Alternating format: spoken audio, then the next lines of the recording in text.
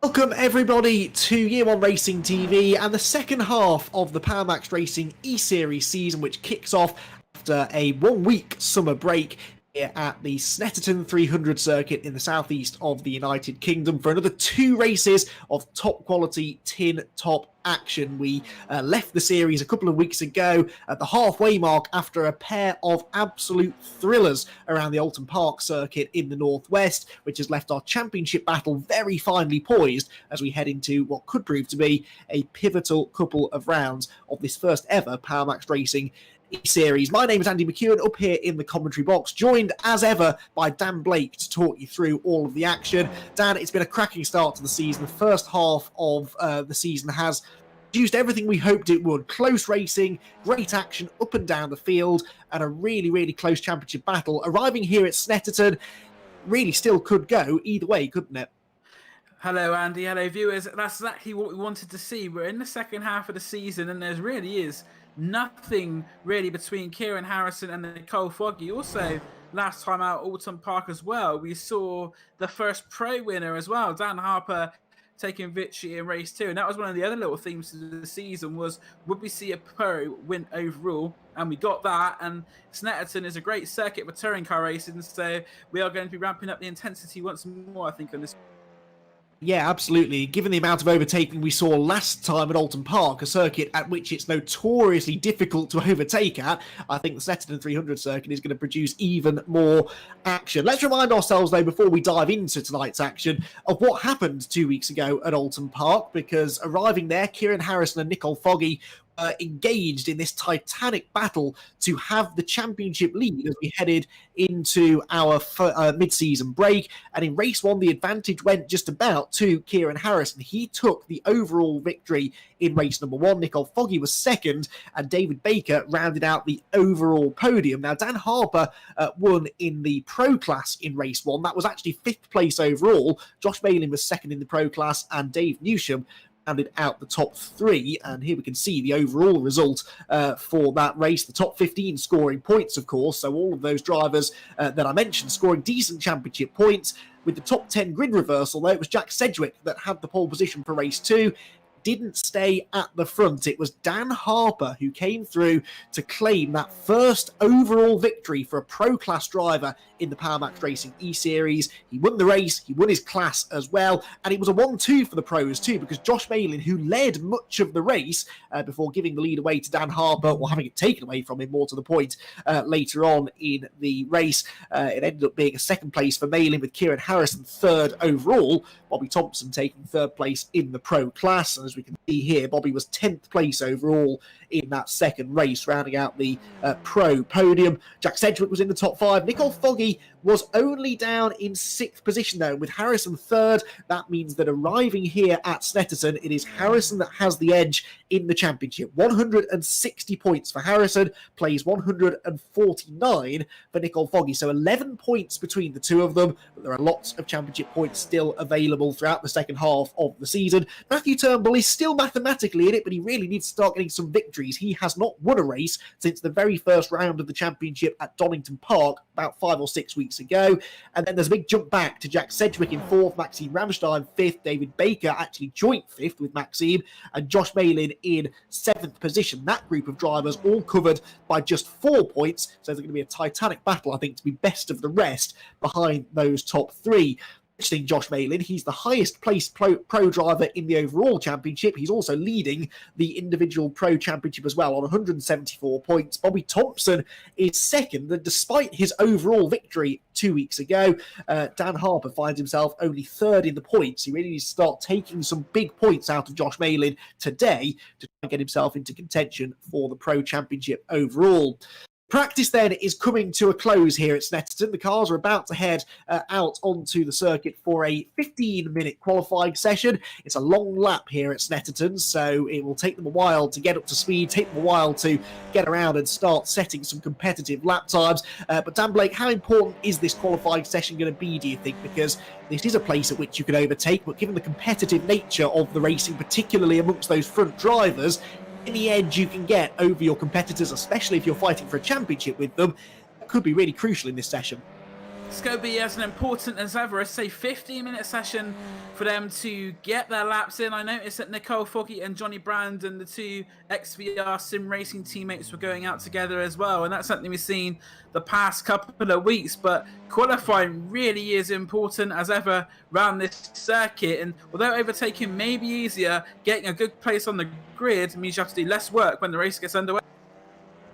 Yeah, precisely. It's all about track position, and given the fact that all of the drivers are in identical cars with identical setups, they're all running this Audi RS3 LMS TCR car with a baseline setup. The only thing the drivers are allowed to change is the brake bias, but everything else is the same across the board. So the cars make absolutely no difference in a way. It is all down to individual driver talent, and getting the best out of the car on fresh tyres in qualifying is really crucial. So as we're watching Nicole Foggy, then here's the man that is second place in the championship, and he's working with his teammate Johnny Brandon again here in the early stages of qualifying. These two have worked together across most of the recent qualifying sessions that we've had in the PMR eSeries. It seems to be working. They've had some decent qualifying efforts between them, actually, particularly at Monza a few weeks ago, and then again at Alton Park the week after. They both qualified well. Nicole Foggy has 3 victories to his name so far this season. Kieran Harrison, his championship rival, has 1 more win, and that has been the difference, really, between them in the points. Here's Tom Onslow Cole, meanwhile, in the 08 Miltech Sport car, a very, very well-presented car, it must be said, and he has been beating it fairly badly, actually, all season long. It's rare that this car ends a race with all of its body panels intact, but that really is a reflection, Dan, on how stuck in Tom Onslow Cole has been willing to get. We've seen him pull off some brilliant moves, and as an ex-touring car racer, of course, he's not afraid to get his elbows out and dive straight into the thick of the battles. Exactly. The pro battles have been just as intense further down than what we've seen at the top of the field. And what you'll see tonight as well for the first time is we'll be able to separate the pros and the sim racing drivers on the timing screen, because as you see on the right of their names, they have a yellow if they're a sim driver and black if they are a pro driver. So one more way that you'll be able to keep in touch with who's who, pro or sim. But to the pro battles, who say they're very fierce, very frenetic, and there have been rather a few dented body panels. Yes, and those graphics you mentioned will be even more relevant now, because we are seeing more and more, aren't we, that the pro drivers are getting themselves in the mix for top 5s, podium results, and ultimately race victories. Next thing is whether we'll see a pro driver win the first race of a race night, because we had that victory for Dan Harper last time out, but it was in the reversed grid race. Now, I'm not saying he had it easy. He still had to start back on about the 3rd row of the grid, but I'm sure Dan and all of the other pro drivers would love to win the first race of the day, because that means that they really undoubtedly did it on merit. They qualified well, they raced well, with the quickest drivers amongst them at the front. Bobby Thompson there, another one of our top pro drivers, one of the pro championship contenders, actually, coming into the second half of the season. He is second in the points, but he's quite a long way back. He's on 135 points. Josh Malin on 174 has been the man to beat, absolutely, and Josh is 8th place overall in the championship. He's had a couple of second place finishes, had a 5th place back at Donington Park as well at the start of the year, did Josh Malin. So people like Bobby and Dan are going to beat Josh. They're going to really have to push pretty hard, I think, to find an edge. Josh Malin's been tough to beat of late. Josh Malin he did start the season, remember, as one of the drivers who actually qualified through the qualifiers as well. So Josh Malin proved that he had the pace to be in this championship with his normal pace, and then he was reclassified into the pro class, and Josh Malin leading that pro class, as you say, by quite a margin. So he'll be hoping that he'll be able to keep his run going in the pro championship. The times are now just starting to come across as representative now as they complete their first flying laps, and it's the championship leader Kieran Harrison currently on provisional pole, with Matthew Turnbull second and Maxime Ramstein in third. Yep, so the usual suspects starting to find their way to the front. Josh Malin is about to come through and complete his first flying lap. Interestingly, he and Dan Harper, the only 2 pro drivers to have actually led any laps overall in the races so far this season. So again, they have been kind of a class above the rest, but Harper had a race at Brands Hatch where he failed to connect to the server. That meant that he scored no points from that one, and that again is kind of what put him out of championship contention. Chris Knox then comes through the Wilson hairpin. Chris Knox is down in 17th after his first flying lap. Harrison, as Dan said, is fastest on 1 minute 59.02. That is just under a quarter of a second clear of Matthew Turnbull. Maxime Ramstein is third, Jack McIntyre fourth, and Bobby Thompson up in the top 5 at the moment, rounding out the top 5 after the first lap of the session. Slow start to the session, though, for Nicole Foggy and Johnny Brandon. So those two teammates who we said tend to work quite well together in qualifying, Dan, not as of yet finding that plan coming to fruition. They're down at the back end of the top 10, and they must improve, particularly for Foggy's championship hopes. Session is still very young though, Andy. We've only just had a third of it to go, so they still have a bit of time to get it in, but the signs at the moment are, as you say, that they're not potentially, maybe you've had the best of first laps, but that's the beauty of this 15-minute qualifying session, is that they still have 9 minutes to get a time in. And we've seen in previous rounds, as Johnny Brandon goes fastest, we say that. Johnny Brandon, a 159.011, only to be eclipsed by Jason Cooper, a 158.816. That's only 2/10 quicker than Brandon, but we've seen Nicole Foggy put the time in right at the end when it really matters previously, and that could be the case again today as Maxime Ramstein goes second quickest. Matthew Turnbull goes fourth as well. Mark Fletcher into the top 10. So you're right, we're already starting to see some pretty significant improvements. There is Jason Cooper, ninth in the championship, twice on the podium so far this season. And had it not been for a bit of inconsistency through the middle part of the season, he could well have been in the championship conversation. He is in the pole position conversation here, though, with Ramstein now second, Harrison down to third. And Ed May was telling us, our roving reporter Ed May, who's watching the session independently, so he can flick between various drivers out on track, and he tells us that Kieran Harrison actually did make a mistake on his first flying lap at the final corner, so we may see a bit more speed out of Harrison in this session. Seeing Maxime Ramstein now in the yellow and black machine heading out of Agostini into the left-hand kink at Hamilton, and into the right at Oggies as well. Kieran Harrison on a good first sector, we're being told. Mark Fletcher here turns his way through Hamilton as well. And Mark is another driver, Dan, who has been improving notably in the last few races. The Year One Racing driver who is in the top 15 in points, actually. He is, in fact, he is in the 14th place in the points, but he had his first top 5 at Alton Park last time out. And I don't think that'll be the last we see of him in the top 5 this season.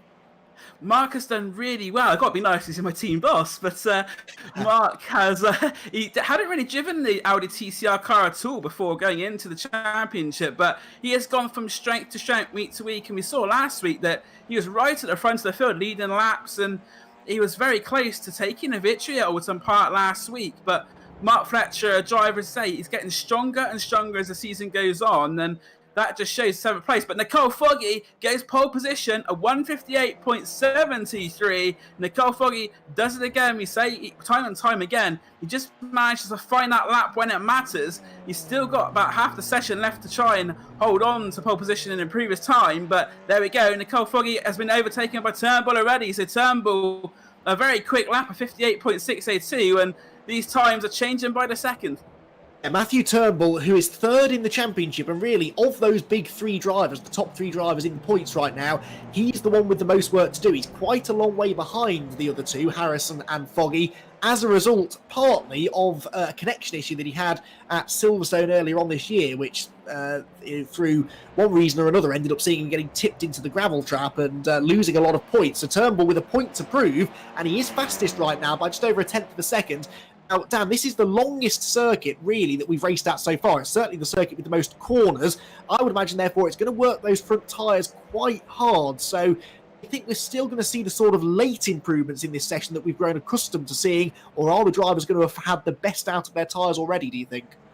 That is a very good point, because, as you say, it's a much longer lap, so they are travelling a further distance in some ways than they would normally may travel with the tyres, and the TCR car can be prone to some issues with the tyres. But also a shout out as well to the hashtag Team Harrison fan club who are tuning in on the YouTube channel. So thank you very much for watching. And your driver currently in 5th place at the moment. We've been looking for an improvement, leading the championship, but 5th, not quite where you'd imagine him to see him. But as we were talking about tyres again, it could be one of the only circuits where we do see maybe some tyre degradation and cars coming into the pits. But another thing to remember about that is if they are coming into the pits for another set of tyres, it has to be very shortly, because it does take a couple of laps, these TCR tyres, to be back at their optimal. Yes, indeed, and it's a long lap as well. 2 minutes for a flying lap there or thereabouts. So an out lap from the pit lane will be even longer. Sorry, we are seeing some cars coming in there. One of the Year One racing cars is in. Kieran Harrison though has one of his championship rivals, Matthew Turnbull, right behind him. They're both about to complete flying laps. Harrison goes through and goes to pole position. Brilliant effort from Kieran Harrison. Both he and Turnbull improved on that occasion, and they are now in the top 2 positions. Harrison on pole, Turnbull second, and Nicole Foggy third. So once again, we've got the top 3 drivers in the championship locking out the top 3 positions on the grid. Jason Cooper, who is 4th quickest, has just come out of the pit lane, presumably on a fresh set of boots. So keep an eye on Cooper in the next 2 or 3 minutes to see whether or not he's able to improve based on his fresher tyres. There he is, look, coming out of the pit lane, heading down into Rich's corner in the Zerko Tech number 35 car. So Cooper is 4th, Maxime Ramstein is 5th, Jack Sedgwick 6th, Johnny Brandon 7th, not quite able to keep pace with his teammate Foggy at the moment. Jack McIntyre 8th, Mark Fletcher again in the top 10 doing well, and David Baker rounds out the top 10. Now, in amongst all of those top 10 drivers, we hear no pro drivers mentioned until, as if he was listening to me, Josh Malin jumps into the top 10. I was about to say Bobby Thompson in 11th was the fastest pro driver, but now Josh Malin has improved. So Malin jumps into 6th position with a time of 1 minute 58.93. The top 11 drivers, though, Dan, are covered by less than a second. And that is particularly impressive on such a long circuit where you would expect there to be a bigger spread of speed, but it's still just as close as ever.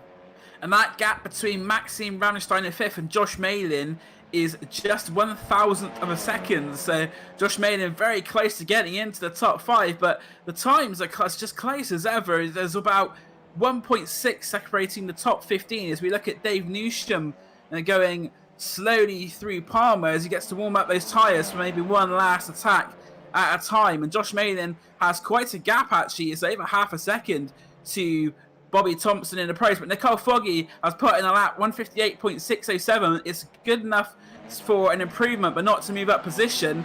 Kieran Harrison now had a nice slipstream on that lap. No improvement at 58.344, and car just coming out of the pit lane there as well behind them. So we are now on that stage of the session where if cars do not cross the line in about 20 seconds, it will be their final lap because we just have about 2 minutes to go.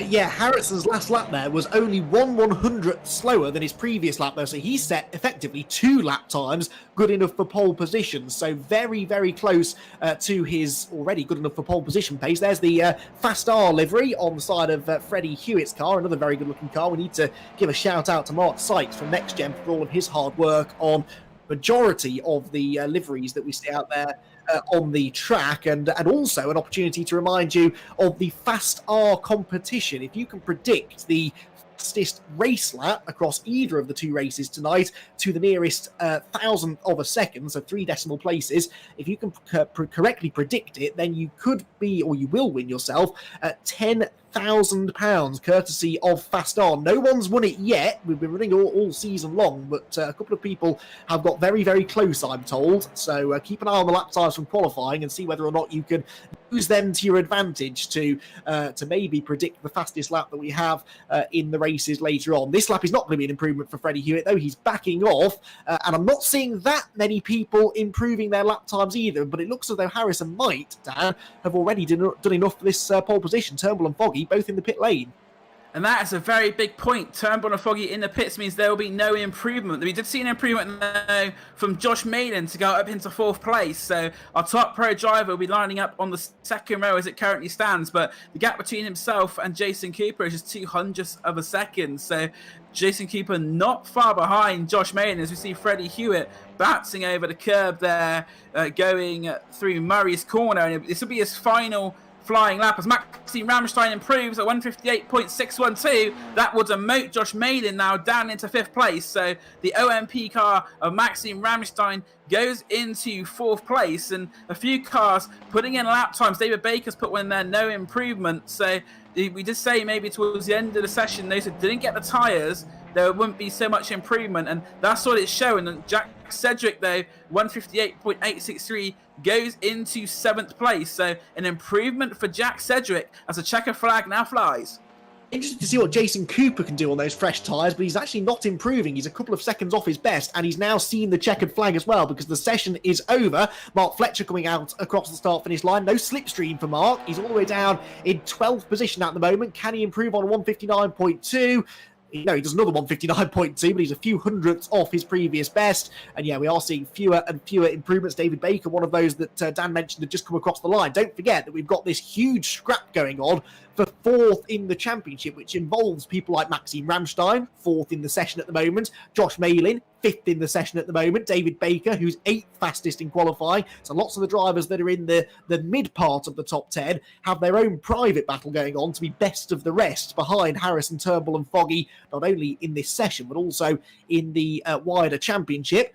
Lane O'Connor here carrying the NHS colours around the track in the number 65 car. He's 24th fastest at the moment, just under 2.5 seconds away from pole position. He backs off. Chris Slater in the RAF car has just finished his final lap of the session as well, and he's not troubling the top 20. I think the grid will almost be set, and it's Kieran Harrison then who appears to have the pole position once again. So Kieran Harrison then, the man who arrives here at Snetterton with the points lead, that 11-point advantage over Nicole Foggy. The good news for Harrison here, Dan, is that Foggy is not second on the grid, but third. And whilst Harrison does have to think about Matthew Turnbull, doesn't have to think about him just yet, because Turnbull's quite a long way back in the points. It's really Foggy that I think Kieran will have his eyes on.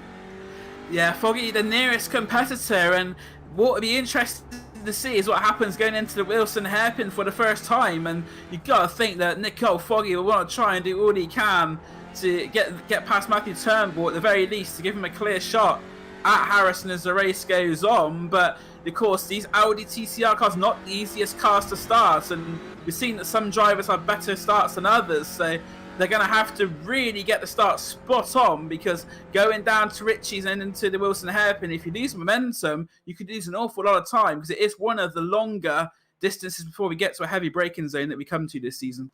One thing that's also worth mentioning, I think, quickly, is that unlike in the real world, where all of these cars would have the same sort of clutch system and whatnot, it'd be, given the fact these drivers are all using their own sim rigs at home, they might have different clutches. Some people use a foot clutch, don't they? And some people use a hand-based clutch, and there are advantages probably more to the hand clutch, aren't there, really? So again, that may explain why we sometimes see a slight difference in the speed off the start-finish line for maybe those drivers that have a different clutch system to get them off the line. Yeah, I tend to use the traditional foot clutch system, but I know there's other drivers, particularly when Ben Sharp, he does very well using a button clutch. There's a few other drivers that prefer it. As with some things in motor racing, it purely comes down to preference, really, and what you feel more comfortable with. It does. Well, here is how they will line up then for our first race back after the summer break. And in some ways, nothing's changed, really. It's still the top 3 drivers in the championship who are at the front of the grid. Kieran Harrison, the points leader, has pole with Matthew Turnbull alongside him. Nicole Foggy is second in the championship, but third on the grid with Maxime Ramstein for company on row 2. Josh Malin, once again, the top pro driver, 5th on the grid with Jason Cooper alongside him. Then Jack Sedgwick, David Baker, Johnny Brandon, and Bobby Thompson, the British Touring Car Championship ace, rounds out the top 10. Then it's Jack McIntyre and Mark Fletcher on row 6. Lewis Goodway and Dave Newsham are on the 7th row. We're hoping to have a chat with Dave later on in the night. Tom Onslow Cole and Ricky Collard. So some interesting names there in the middle of the top 20, ahead of Ashley Beard, Lee Horn, Callum Newsham and Ollie Wayne to round out those top 10 rows. Then it's Freddie Hewitt and Max Coates on row 11. Chris Knox and Lane O'Connor on row 12, ahead of Chris Slater and Jamie Dorey. Sean Hollenby is at the back of the grid, unfortunately, and so too Jamie Going, who is a new driver in this championship, but a very, very well-known driver in the world of UK motor racing. He runs the Jam Sport operation, who have run cars in Mini Challenge, Renault Clio Cup, and in the Ford Fiesta Championship. He is a former race winner in the Ford Fiesta Championship as well, so making his first appearance in the PMR eSeries. Jamie Going at the back.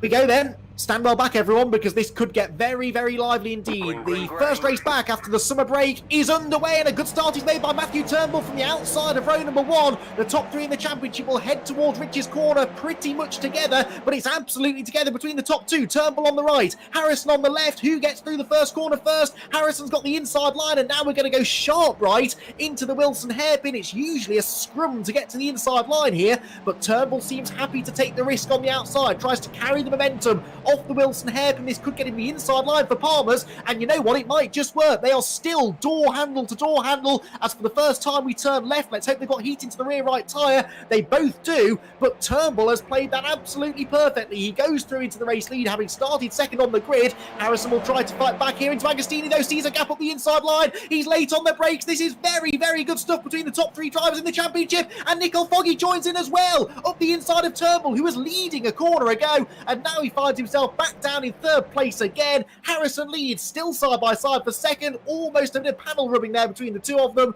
Turnbull this time around has the inside line, and I think he should just be able to hold on to the runners-up spot. In the end, they stay in grid order, Dan, but that was a terrific battle between the top three for over half of the first lap of racing. Great stuff. Fantastic racing by these three, and it was those three who got the best start from the line. It had a bit of a gap between themselves and the fourth place driver, Maxime Ramstein. I did notice as well, going through Riches, that Matthew Turnbull had some connection issues. You've seen them have them before, so hopefully that was just a little glitch. But these three drivers, the championship contenders, nose to tail as they now go through Nelson for the first time and into the bomb hole, one of the iconic corners here at Snetterton. As you see, Turnbull weird on the grass, may use him a little bit of momentum, and Kieran Harrison has already pulled out nearly a 7/10 of a second lead. So Harrison making the most of the pace he has, and that small little mistake from Turnbull, and Nicole Foggy is third place, of Maxime Ramstein fourth, and Jason Cooper fifth. Also, I saw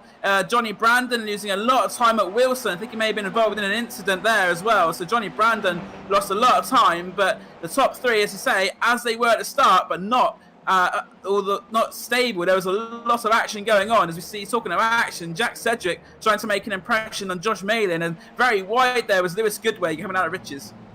So the order then, at the end of the opening lap, Harrison leads, Turnbull second, Foggy third, Ramstein fourth, Jason Cooper took fifth place away from Josh Malin, but Josh seemed keen to get it back, I noticed, as they went down the pit straight that time around. Jack Sedgwick is seventh, eighth is David Baker, Mark Fletcher gained 3 positions to get into ninth place, and Bobby Thompson has held 10th. And don't forget, whoever finishes 10th in this race is on pole position for race 2, so later in the race, that will be the battle we need to watch for. For now, though, we're watching a Newsham, but not the one you might expect. Callum Newsham, the son of former BTCC race winner Dave, is under attack here, going into Agostini up the inside line. This is the fight for 16th place, and going through on the inside there was Freddie Hewitt, wasn't it? Yeah, Hewitt's gone through, and Tom Onslow Cole. So this is all getting very dicey. Onslow Cole just in front of them. Hewitt still actually behind, wasn't quite able to make the move stick, but some great battling here amongst some familiar touring car names square towards the back end of the top 20.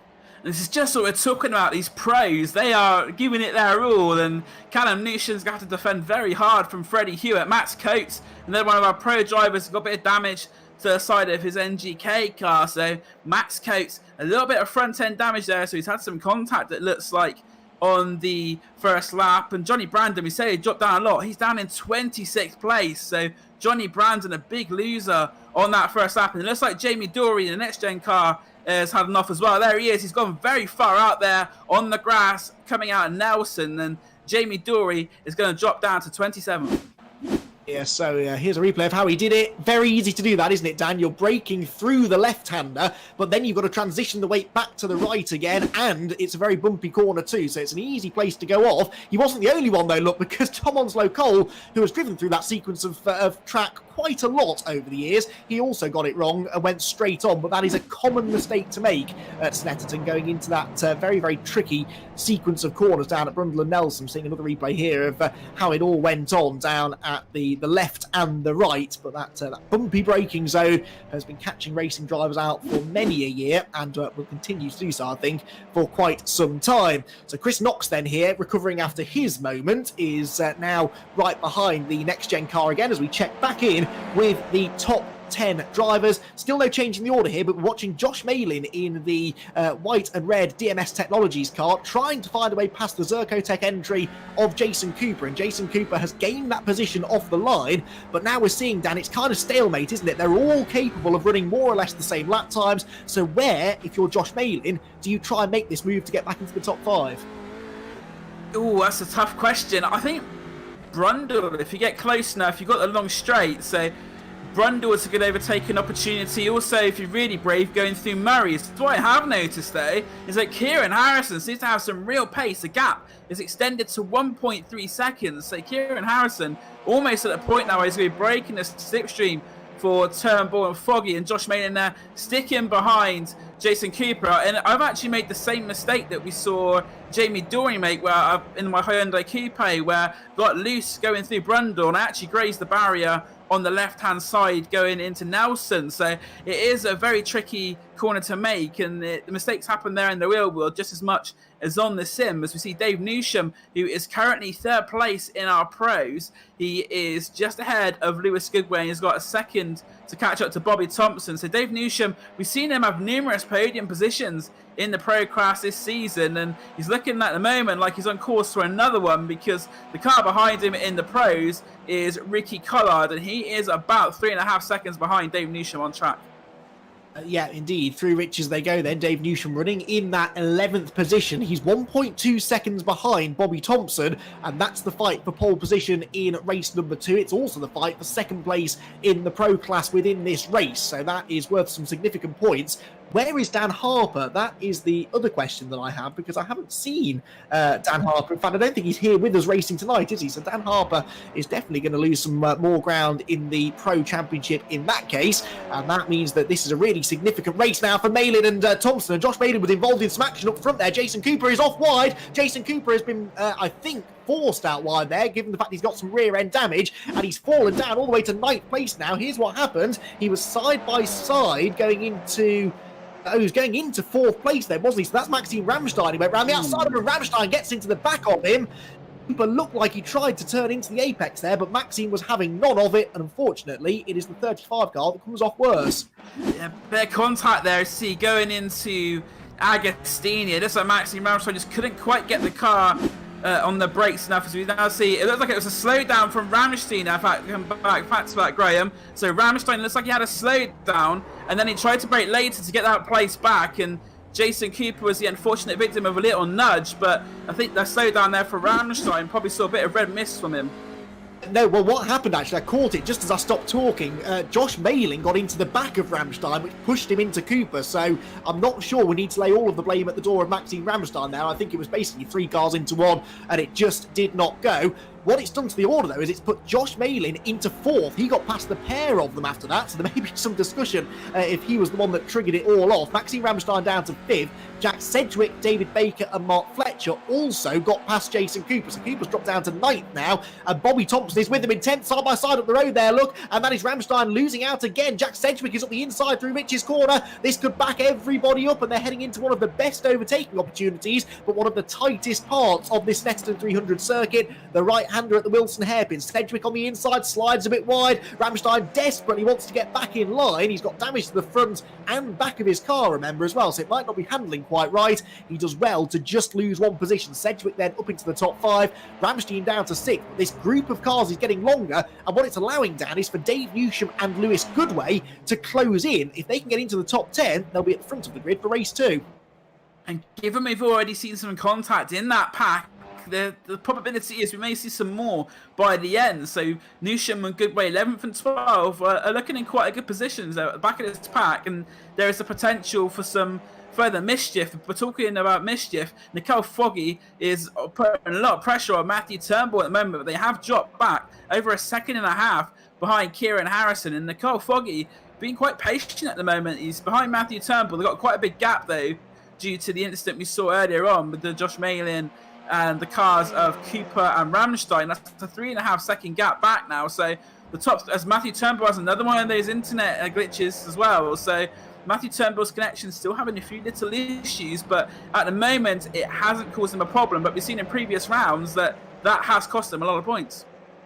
Yeah, indeed. That Silverstone incident he was involved in was as a result of his connection briefly disappearing, and when he came back he was had another car right alongside him and contact was made. Back to this fighting going on towards the back of the top 10. There were a terrific train of TCR cars here making their way through Coram and into Murray's. This is the 5th lap of the race that they're about to complete. We are into the second half of it now as well. Harrison still has Matthew Turnbull 1.5 seconds behind, with Foggy 3rd, and then this is the fight really for fifth, well, sixth place now, I'd say. Ramstein is fading away here, and David Baker is now at the inside of him into riches and makes that look very easy. Mark Fletcher is up the inside too. We mentioned in qualifying Fletcher was going quicker as the season went on. Ramstein, they're going slower as the race goes on. Pulls back in front of Jason Cooper, almost gets into the back of Mark Fletcher. There is a tiny bit of Morse code being tapped onto the back of the treble one car, but nothing too significant. Ramstein's car just doesn't look happy to me, Dan. It's hard to tell exactly what the problem might be, but given the amount of damage that he's got, what do you think might be hurting him? Could it be steering, or is it more aero related, do you think? Had a report in from Ed May, our Raven reporter, and Ed May thinks it's straight line speed that car's suffering with. He's say quite a lot of damage to the front and rear of that car, so maybe it's to do with the speed of that car. And we did see that coming down towards Riches. It did look like he was being a bit disadvantaged in a straight line, but Ricky Collard's in a fantastic battle as well with one of our pro drivers. He's got the year one racing driver of Ashley Beard. He's also got Next Gen's Lee Horn and Jack McIntyre in that pack as well. And this is a battle for the bottom places in the points. Of course, the top 15 get points. So these drivers are fighting it out for overall points. And Ricky Collard is currently actually sitting in 4th place in the pro class. So he's going to get a nice handful of points in that, but he's after some overall points as well.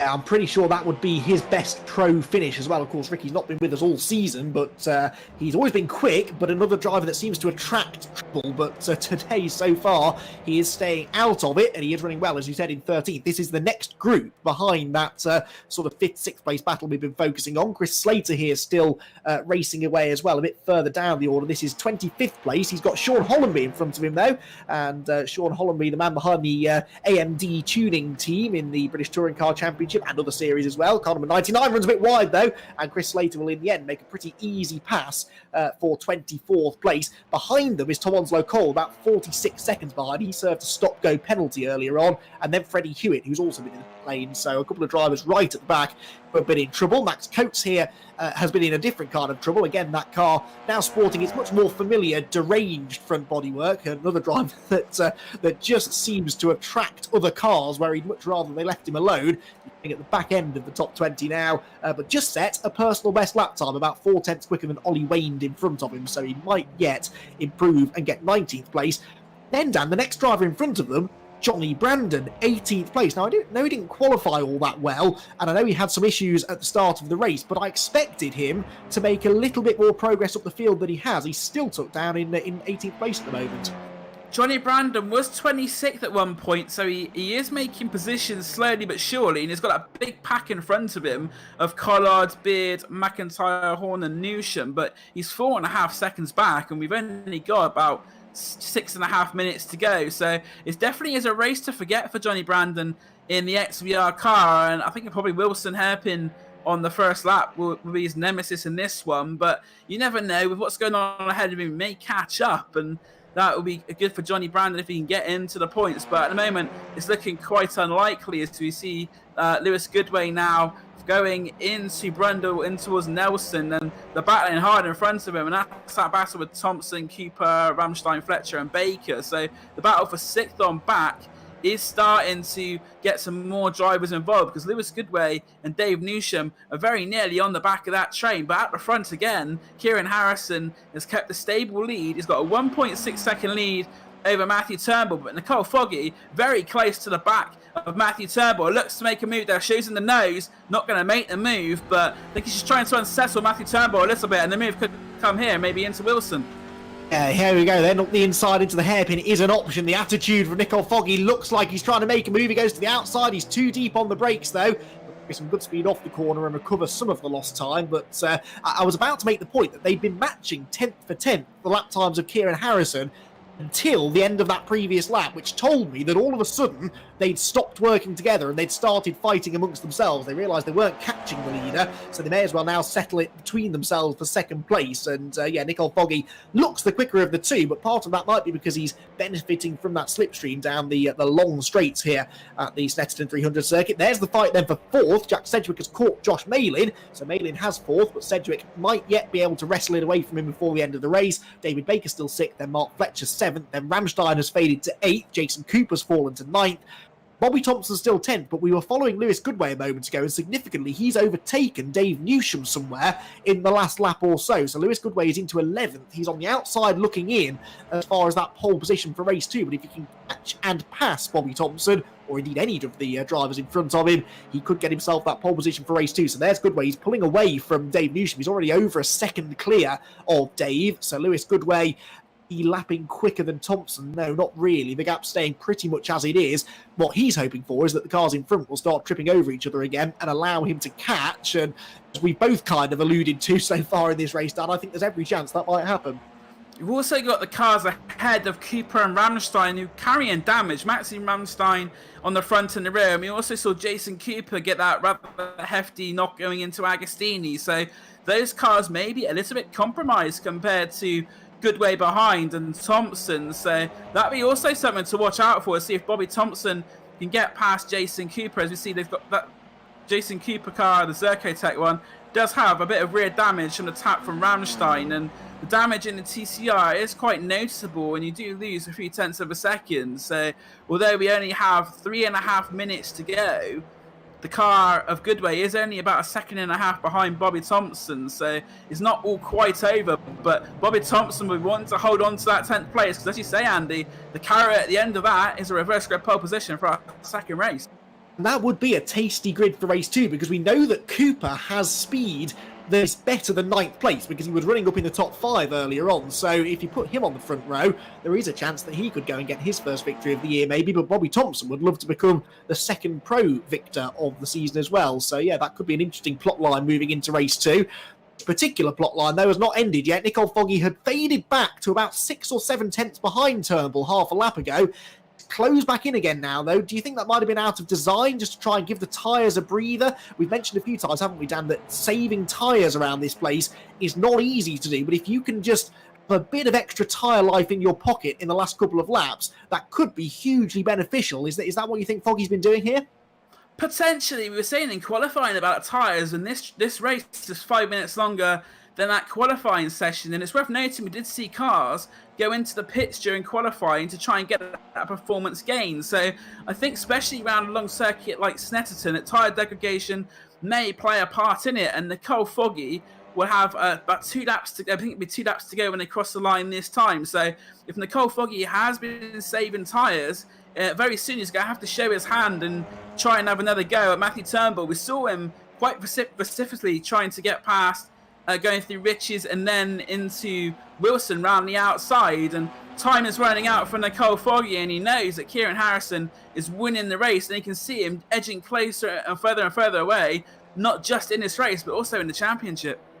Yes, indeed so. That second place will be very valuable for Nicole Foggy. They go on to what should be the final lap of the race then. Here's the fight for 14th place, and these are the last 2 drivers that would score points. And Jack McIntyre is in 14th position. In fact, 14th and 13th. He's chasing down Ricky Collard. The battle for 15th is going on behind, and Lee Horn just moved alongside and ahead of Ashley Beard to get himself into 15th place. That's a point that would now go the way of Lee Horn instead of Ashley Beard. Side by side between Bobby Thompson and Jason Cooper. Thompson wants more. He's not happy with 10th place and pole position for race 2. He wants 9th position, and he might just take it. He's got the inside line on Jason Cooper as they drop down into the Agostini hairpin. We know that Cooper's already been on the receiving end of some contact into this corner, and as a result, possibly, he gives Bobby Thompson a wide berth, tries to carry the speed off the corner, though, looks to the inside into Hamilton, but he can't get there, and so it is going to be Bobby Thompson that comes into 9th position, and I'm just going to try and look and see what Bobby Thompson's best result of the season is so far. It might be irrelevant because he gets a real headbutt from Jason Cooper going into Oggies, and there's now an Audi-shaped dent on the rear boot lid of the Joyce Design car in front. Cooper with a good exit there from Palmer, out onto the back straight. And Bobby Thompson's best finish of the year so far. He's actually had an 8th place at Silverstone, so this wouldn't quite be his best finish of the season, but it will still be a good drive for him. Not quite as good, though, as Kieran Harrison. No one has been as good as Kieran Harrison so far today. You could say that that's the story of the season. Now, I said this was going to be the final lap. Are we going to just sneak one more lap in, I wonder? They come out of the final corner. I'm not sure if it's going to be a checkered flag or a last lap. It looks like they're going to get one more, aren't they? Yeah, one more lap to go then. Not really good news this for Matthew Turnbull, is it? Because Nicole Foggy is still applying the pressure. He's got more chance now to take second place.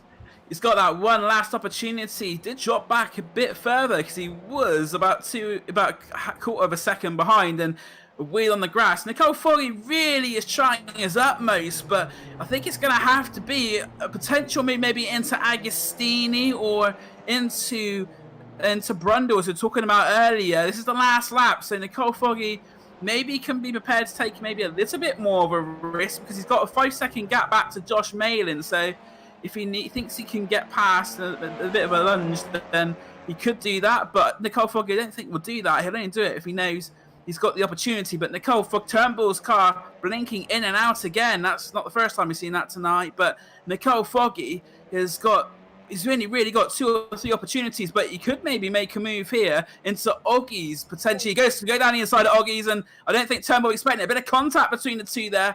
Pushes Turnbull a little bit wide, but Nicole Foggy there down the inside of Oggies. Not the most orthodox overtaking moves, but it just shows he was trying to catch out Turnbull, but I think at the moment Turnbull just has the edge. That was always the risk that Foggy was taking. If he goes for it and they make contact, not only can it damage his car, but it could lead to a penalty. So he needs to be careful not to be too physical here with his overtaking attempts. He clearly feels he's quicker though, but he's running out of time. Only a few corners to go now, and realistically only the final one of those, Murray's, is an overtaking opportunity. We've got the 2 right-handers through the bomb hole and Coram. Dab on the brakes there for Turnbull, whereas I think it was only a lift for Foggy. Maybe that's why Foggy ran wider than Turnbull on the exit. They both touched the brakes into Coram just to get the weight on the nose of the car. One more corner to go. Does he go for it on the way in? He doesn't. He's going to try and focus on getting the run to the flag. No one is getting a run on this man, though. Kieran Harrison is about to come through to take yet another win, his 5th victory of the season, to extend his points margin over Nicole Foggy, who ends up 3rd in the race. Matthew Turnbull ahead of him for 2nd, but the championship order should still stay the same. Then behind them, it is Josh Malin 4th, Sedgwick 5th, Baker 6th, Mark Fletcher in 7th position. That was close at the line. Maxime Ramstein, Bobby Thompson is 8th. So Thompson gained 2 places at the end. He equals his best finish of the season so far. Ramstein fades to 9th.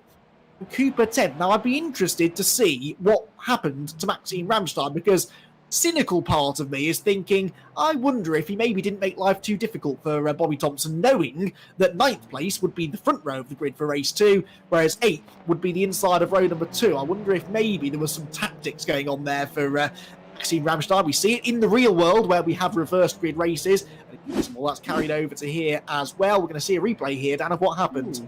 There's a little bit of a nudge between, it was very close to Thompson, Ramstein, and Cooper going through Agostini, and there was a little bit of a nudge from Thompson and Ramstein, which unsettled Maxime Ramstein's OMP TCR car and allowed Bobby Thompson to get down the inside. So it all happened at Agostini, and Bobby Thompson 2nd in the pros. Josh Malin 4th overall, took the victory in that one. So another pro win for Josh Malin, with Bobby Thompson in 2nd place, and Dave Newsham finishing 12th overall, took the final place on the pro podium.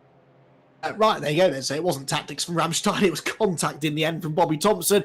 No contact for Kieran Harrison, though. I mean, that really was pretty much the perfect race, wasn't he? He started on pole, ended off Turnbull in the early stages, and then once he sort of held on to the lead halfway around the first lap, we didn't really see him again.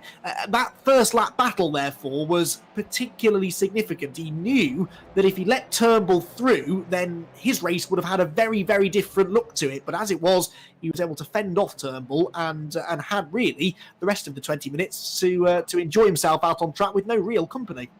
That first lap, I think, really was what half made the race for Harrison, because they were able to pull that little bit clear, even halfway through the lap. Once we saw them fighting through Agostini, they lost a bit of time to Harrison. He was just able to have that clear half-second behind him, and that can make all the difference, because they were fighting amongst themselves, and Harrison was able to pull out to about a 1.5 seconds. Then, as we saw throughout the race, they were catching them a little bit. The times were very similar, but towards the end, when they started fighting again, the gap extended out. But it was a stable 1.5 seconds. Harrison really managed the race well, and really from the first lap, once he pulled out that small momentum, it was going to be very hard for them to catch him and overtake him, I think, really. Let's have a look at the result then from the first race of the night here from Snetterton. Kieran Harrison, the championship leader, with another victory, his 5th of the season. Matthew Turnbull back on podium form again, though. That'll be a relief for him. And Nicole Foggy ends up in 3rd. Josh Malin 4th. Jack Sedgwick rounding out the top 5, ahead of David Baker and Mark Fletcher. Bobby Thompson is in 8th. Maxime Ramstein 9th. And Jason Cooper rounds out the top 10, and he will be on pole position for race 2. So actually, Cooper and Ramstein, who had that contact in that first race, will share the front row. Race 2, that could be interesting. Lewis Goodway is 11th. Dave Newsham gets 12th. Solid result for him. Jack McIntyre 13th. And then Ricky Collard and Lee Horn, 2 drivers I'm very pleased to see in the points, because I think it'll be the first time that either of them have made the top 15 so far. Then it's then it's Ashley Beard 16th, Johnny Brandon 17th, Callum Newsham 18th, Jamie Dorey 19th, and Ollie Wayne rounding out the top 20, ahead of Max Coates, Chris Slater, Sean Hollenby, Knox. We're into some of the drivers that have problems now. Freddie Hewitt had a pit lane visit. Tom Onslow Cole had a penalty. Lane O'Connor is 2 laps down at the end, and Jamie Going, unfortunately, got out onto the track, but only completed a lap and then pulled into a tyre. So that is how they finish the opening race of the night here in the PowerMaxed Racing eSeries at Snetterton. We've got our podium drivers waiting for a chat outside the comms box, though, so we will drag them in one by one. We'll start with Kieran Harrison, and as ever, up there to greet our top 3 drivers on the podium is Ed May. Yeah, well, I'm here with Kieran Harrison, and Kieran, that was a very, very exciting race from, I think, your perspective. Obviously, you got away a bit poorly being on the right-hand side of the track with the least amount of rubber. You had to fend off a definite strong attack from Matthew Turnbull. From there on out, it seemed like you just had the race right under your thumb and could pull away quite nicely. Yeah, Matthew did a really good job off the line, and then around the outside through the hairpin. I thought the lead was lost at that point, but then I couldn't resist the opportunity into the second hairpin after he didn't defend, so sent it back up the inside, and luckily never looked back from there. There was we saw that we were mentioning as well that tyres might have been an issue. Were you able to keep the managed at the front? And what would you think will be think tyres will be a bigger issue when you're having to fight your way through the field from 10th position in the reverse grid race?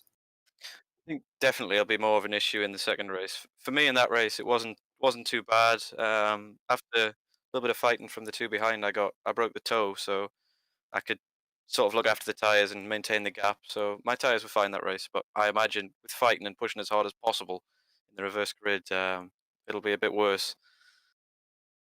Well, yeah, you've been far and away the quickest driver all day today. You're quickest in the qualifying sessions. And is this a track that you tend to be quite good at, Kieran? Is this one of your preferred circuits? Well, to be honest, it's the first time I've raced this layout of the track. I've done the 200 layout before, but I really like it, to be honest. It agrees with me clearly. I'm enjoying the pace, and the infield section, which I'd never done before, is really good fun. So yeah, I'm enjoying it at the moment. Well, thank you very much, Kieran. We'll be wishing you the best of luck for race 2. That's Kieran Harrison there, our race 1 winner. Thanks very much, Ed. So Kieran Harrison then wins the first race, extends his championship lead, but it was a hard-fought battle in the early stages with Matt Turnbull, who was home second, Ed. Yeah, I mean, with Matt Turnbull, Matt, you had a very, very good get off the line, but you just weren't able to capitalise on making the move stick. You managed to make the move around the inside at Palmer's, but you then got, I don't know if you were expecting the manoeuvre or if you kind of made it a bit easier and just didn't want to risk losing any points into Agostini. I think a little bit of both, to be honest. I thought Kieran might have tucked him behind, but yeah, he had a good run on me, so I can't really blame him, to be honest. But after that, he just got some really good laps in. Me and Nicole battled a little bit, which let him get away a touch, but yeah, he was very quick in that one. But it was still, nevertheless, a very good defensive drive to hold on to second place in that one. And what do you reckon your prospects are? You're going to be starting 9th position for race 2. Where do you think you'll be expecting to finish by the end of it? That's a tough one with my luck in race 2 of recent. So hopefully we just stay on and get out of the way a little bits of contact and hopefully finish in a decent position again. We'll be definitely wishing you the very best and hoping that you'll finally get some good fortune coming your way into race 2. That's Matt Turnbull, race 1, second place finisher. Yes, thanks very much. Thanks, Matt. So second place for him in the end, and in third position was the man that was second place in the championship. He'll still be second in the championship, Nicole Foggy, but Ed is not going to be that pleased to have finished down in third place. Yeah, Nicole, it looked like you could have maybe got a little bit more of that race. We saw you making the move down the inside into Agostini, but not able to make it stick. And did you find that you were struggling a little bit of pace there, or were you thinking more about just taking it easy, taking it nicer on the tyres, and hoping for something to come your way by the end? I mean, I was about 0.2 seconds behind in the tow a lot of times, 0.3, and I was getting absolutely nothing. Just wasn't pulling up. I would have tried to get next to him before Turnbull before making a move, but I realised on the last 2 laps, I was just going to have to try and make some sort of dive. And I was the closest I'd been after that left-hander, so I just went for it, and then I kind of had to pull out of it because Turnbull turned in just a tiny bit earlier than usual, but I was enough to. Well, I don't want to take anyone out, so pulled out of that. It was nice to hear. Yeah, honestly, I thought you would have been quite good for these races. Being, I think you're the fastest man in practice. And do you think your ability around this track will help for this reverse grid race? Obviously, you'll be starting down the order in 8th position, and you're going to be ahead of the guys Kieran Harrison and Matthew Turnbull, some of the rivals you've been encountering in the championships. Where do you think you'll be able to make any points up in this upcoming race? I hope so. I mean, I find it really tough passing, but of course, Turnbull and Harrison are really fast as well. Got amazing pace. So we'll see what happens in the reverse grid. I do like the track, but I might be able to make some moves into some of the more hairpin sort of corners. But yeah, I think I had the pace. It was just, I mean, in quali, I didn't get any draft, whereas I think the other two did. So that made a massive difference. Although it didn't seem to do it in the race anyway, but we'll see what happens.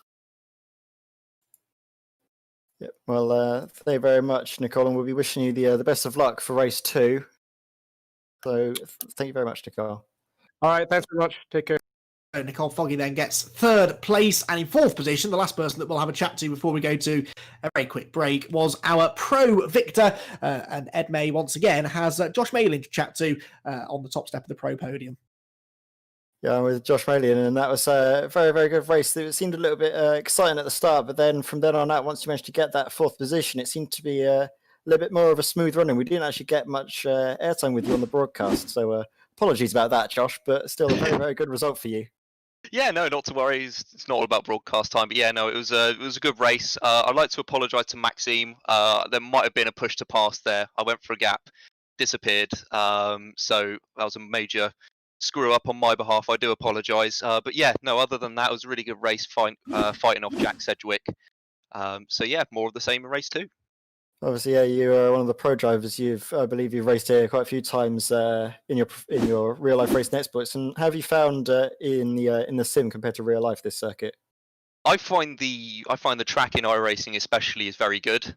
It's one of the few sort of laser scan tracks in simulators that sort of are at Snetterton. So I really like it. I like Snetterton anyway, but I find it's quite a good replication of it. Well, Josh Rader, man off my own hat, praising my local stomping ground of Snetterton. So thank you very much, Josh, and we're wishing you the very best for race 2, the reverse grid. Hopefully it'll go your way. Fingers crossed. No worries. Cheers, guys. Much Ed and Josh as well. Congratulations on the pro victory. With that, then we're going to go into a very, very short break. We will not be away for that much long. We just need an opportunity to catch our breaths and get set up for the second race of the night. This is the always exciting reversed grid race. The top 10 finishers from race 1 get reversed. So the front runners, the dominant Victor, Kieran Harrison, will have some work to do from 10th on the grid in race of the night. You won't want to miss it. Stick around here on Year One Racing TV because the second race is only a few minutes away.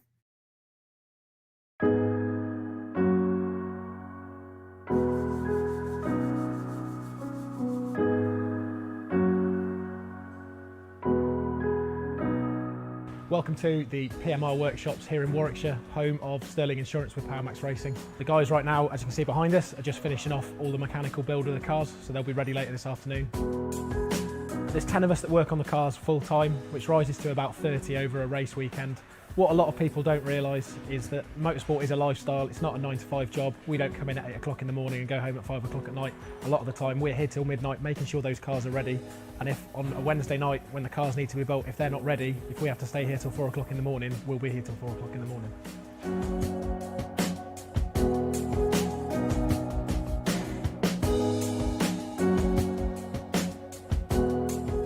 touring car racing being what it is, rough and tumble is very much a part of the game. So for every race weekend, we have to make sure we've got enough spare parts to make sure the cars look spot on every time they go out on the track. We take a spare set of doors for each car, 2 spare front ends for each car, including the bonnet, a spare set of skirts, spare rear bumper and spare rear arches, just to make sure that everything's as good as it can be.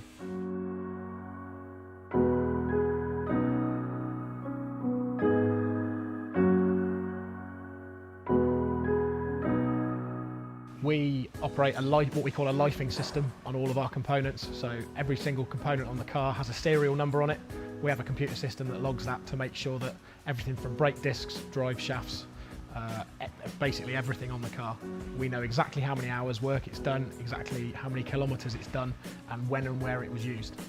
Every time the cars come back from the track, first thing we do is what we call a set down, so that we put back into their standard setup, and then we'll make sure that the car is perfectly straight and as it should be, especially if we've had an incident over the weekend. If we have, and we suspect the shell might be bent, it'll go down to our fabrication shop. So by Tuesday lunchtime, the cars are completely stripped to a component form, and by mid-afternoon, the shell will be on the jig, and Colin, our fabricator, will be working on making sure the car is completely straight.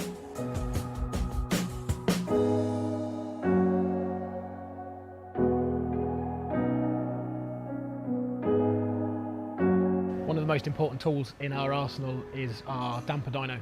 This basically means we can put our dampers, which are all controlled, so every car on the grid has got exactly the same Penske dampers on it. We can basically strip the dampers and change the characteristics of them. So before each race round, Martin, team manager and chief engineer, will spend 3 or 4 days in the damper room, basically stripping those dampers, assessing them and working out the best setup for each weekend. One thing that might surprise even the super hard fans out there are the amount of tyres we use over a race weekend. So quite simply, we use 40 tyres over the space of a race weekend between the 2 cars, plus any wets that we might use. That consists of 24 brand new tyres from Dunlop and 16 what we call carryovers. So they will be basically the best that we've got from the previous round, and they'll mostly be used for free practice sessions and checking setup and things like that. Every race weekend, the guys during FP1 and FP2, you'll see them go out. They'll do maybe 1 lap and then come back in, doing what we call a scrub on all the tyres, just taking the top layer off it. And then a lot of you will see the guys in the pits basically scraping the top layer off the tyres with a heat gun. Those heat guns are at 650 degrees and will literally take all what we call pickup, which is the rubber off the track, off the top of that tyre to get back to the base layer underneath. We tend to do that about 2 or 3 times on each tyre, depending on how much use they've had.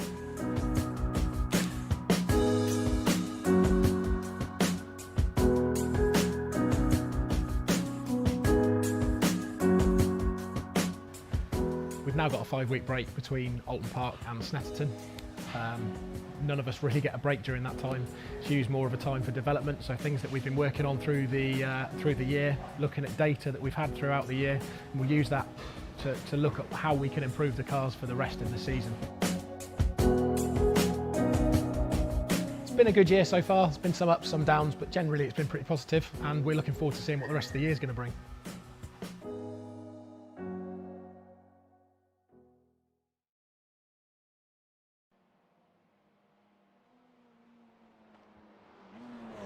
Welcome back, everybody, to the PowerMaxed Racing eSeries here on Year One Racing TV from the Snetterton 300 circuit. Race number 2, just a few moments away. Kieran Harrison won the first race to extend his championship lead, but now has to start from 10th position for the reversed grid second race. We're going to move into the build-up for that race momentarily. First of all, though, a very welcome guest. The commentary box, one that we've been hoping to catch up with all season long, and definitely someone that was in the thick of the action in that first race. It is Dave Newsham. Welcome to the box, Dave. How have you enjoyed your night so far? Yeah, it's been good. Fairly clean race there. I am just hanging on to the back of that kind of top 10 battle there. Not fast enough to make any inroads through them, but no, I'm enjoying it. It's great. It's great fun.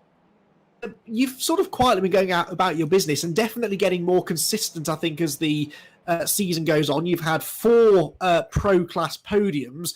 You were actually 4th in the pro points coming into tonight. So even though maybe you've not had as many overall top 10s and top 5s as you'd like, I think it's fair to say you're slowly getting the hang of this sim racing thing, aren't you? Yeah, we're getting there. Yeah, but I mean, I think I was around the top 20 at the start of the season, and then I'm knocking on the door of the top 10 now. So I'm actually creeping into the top 10 in the second race sometimes. So yeah, I am getting there. It's a bit different than what we normally do, but this is racing. This is the only racing I do nowadays. So yeah, I'm really enjoying it. And of course, the reason that you stepped aside from real world racing is to support your son Callum, who's not doing too badly tonight himself either. Yeah, no, it's we couldn't afford to both race properly, so yeah, we piled all our resources into Callum. He's done 2 years in the Mini Challenge Championship now, and yeah, I mean, he was 24th, I think, in his first season, and 8th last season, so he's making really good strides forward. And it's good to race him here. He doesn't live with me anymore. He lives down in Southampton. He's moved in with his girlfriend down there. So this is great fun to catch up with him, actually. Good stuff. Well, go and catch up with him on the track then, because the race is about to start. But thanks for popping in for a chat, Dave. Yeah, no problem. I'll tune in again. Me and technology don't get on very well, but cracky, that is the race starting. I better get on. Yes, as if to emphasise the point. Right, thanks, Dave. Let's run you through the grid, shall we, then, for our second race. The grid is forming up. The race is about to get underway, and it is Jason Cooper on pole with Maxime Ramstein alongside Bobby Thompson and Mark Fletcher on row 2, ahead of David Baker and Jack Sedgwick. Then Josh Malin, Nicole Foggy, Matthew Turnbull and Kieran Harrison. So they're the ones to watch in away from the back end of the top 10. And we get another different winner, though. Jason Cooper has not won yet. Maxime Ramstein has not won yet, nor have Bobby Thompson, Mark Fletcher, David Baker, or Jack Sedgwick, or Josh Malin. The top 7 drivers on the grid, all looking for their first victory of the season. And all the while, there's a titanic championship battle going on behind them between Turnbull, Harrison, and Foggy. Lights are on then. Keep your eye on the cars, well, pretty much throughout the field, but particularly those at the front of the field. Jason Cooper and Maxime Ramstein, who made contact in the previous race, remember. The lights are out. Away they go. Let's hope they stay away from each other, at least on the run into turn 1. Well, Jason Cooper is staying away from everyone. He gets the best start. Bobby Thompson already weaving defend from Mark Fletcher for 3rd, but it's going to be a clear leader this time. No repeat of the side-by-side battle for first place that we had at the start of race 1. Cooper has it. Ramstein is 2nd. Thompson on the grass in 3rd, trying to defend again here from Mark Fletcher into the hairpin. Then side by side behind, David Baker on the inside of Jack Sedgwick. Nicole Foggy's gained a place already. Josh Malin's had a bad start. He's gone from 7th down to 10th already. I think everyone has just about survived the first couple of corners without too much contact. We've got a glimpse there of Malin going through Palmer's behind the 3 championship contenders. So for whatever reason, Malin has lost out at the start. Side by side in front there, though. And Harrison going up the inside of Matthew Turnbull. This is important. This for 8th position. The championship leader already on the move. And the Ryan-sponsored car is up the inside. He's into 8th place. And Turnbull could lose out further. No, he covers the inside line from Josh Malin. And Harrison is getting on it straight away. Nicole Foggy as well, looking up the inside of Jack Sedgwick for 6th. And here comes Turnbull up the inside of Harrison again. Really good move. And he was not going to be bullied out of the way there by the championship leader. He gets up the inside. There's a bit of wheel banging between the two of them. And there's more contact. And around goes Kieran Harrison. The championship leader is off the road. And that was always the risk that you have to take, being stuck in the midfield with these reverse grid races. We haven't really seen this happen to Harrison so far this season, Dan, but finally, a bit of bad luck. It was the tiniest of touches with one of his main championship rivals. That will be a discussion point after the race, I'm sure. It was a good battle there between Harrison and Turnbull. The contact there as they came on Williams towards the Bentley straight, but they were side by side through Agostini. Turnbull actually got a very good launch, and he went wide coming out of Palmer, which allowed Harrison to be on that inside line going into Agostini's, but we haven't had to see Kieran Harrison go into fight back mode this whole season. Nicole Foggy up in 6th place. Harrison is out of the points at the moment, so Kieran Harrison, well and truly, will be fight back mode for him. But Jason Cooper leads the race so far, crosses the line in 1st place. Ramstein 2nd, Bobby Thompson 3rd, and Mark Fletcher 4th. Although Thompson on the grass, they're on the exit of Ritchie's, and Mark Fletcher a bit far back to make a move down the inside. We have seen some big changes, and there's no one there. Turnbull has gone down the inside of Jack Sedgwick up into 7th place. So Foggy 6th, Turnbull 7th, with Josh Malin in 8th, and Ricky Collard up into the top 10 with Dave Newsham just behind him in 11th. So the target now for Nicole Foggy is clear. He needs to maximise this opportunity. He lost a handful of points to Harrison in race 1. He now has an opportunity to take a big chunk of points out of him in race 2. We're watching Ricky Collard there having a look at the inside. There's Kieran Harrison. 21st position. He's already overtaken one car, and he could get some more here because Tom Onslow Cole gets elbowed out of the way by Chris Knox and Agostini. Harrison is on the inside of Onslow Cole, who will try his best to get back in line into Hamilton, but I think Harrison should go through. Oh, some contact possibly at the apex, but Harrison is through now, and he's into 20th, but until he hits the top 15, he is scoring no points at all. There's a car off in front of him, though. Where did it go? Yeah, it was Lee Horn, wasn't it? Yeah, I think he's bounced off the barriers and he's fallen behind. So that's another place game for Harrison, whose overtakes are easy, aren't they? But the further up the order he gets, the harder this will become. Yeah, that was a shoot between Oggies and Williams. We saw Lee Holman get a replay here now on the screen. Yeah, just got Oggies all wrong. It put him onto the grass on the left-hand side. There's a bit of contact as well there. So contact as well for Lee Horn, which puts him into the guardrail. He gets back onto the track, but not a very ideal start at all for the next gen racing driver. And it was the number 22 car that he had the contact with, but Horn was already going quite wide before that point. A horrifying moment. I thought it might have been his teammate that he collided with because the two next-gen racing cars were together, but no, there was no contact between the two of them. Back to the leaders then. Jason Cooper not escaping here from Maxime Ramstein, who just set the fastest lap of the race on the second lap of the race, a 1:59.06, 0.2 of a second quicker than the race leader. So nose to tail here then between the top two drivers. They turn into the Wilson hairpin, back out of it again, and along the short straight towards Palmer's. Jason Cooper has had a couple of podiums already this year. He had a third place at Brands Hatch, a second at Monza a few weeks ago. Maxime Ramstein also has 2 third place finishes, but neither of them have a race victory, and they're both in that scrap to be 4th in the championship. So this is a fairly significant battle for several reasons. Bobby Thompson is still fending off Mark Fletcher, both of those two looking for their first podiums, outright podium anyway, of the season so far. Then it's Baker and Foggy and Turnbull and Malin all in a long line.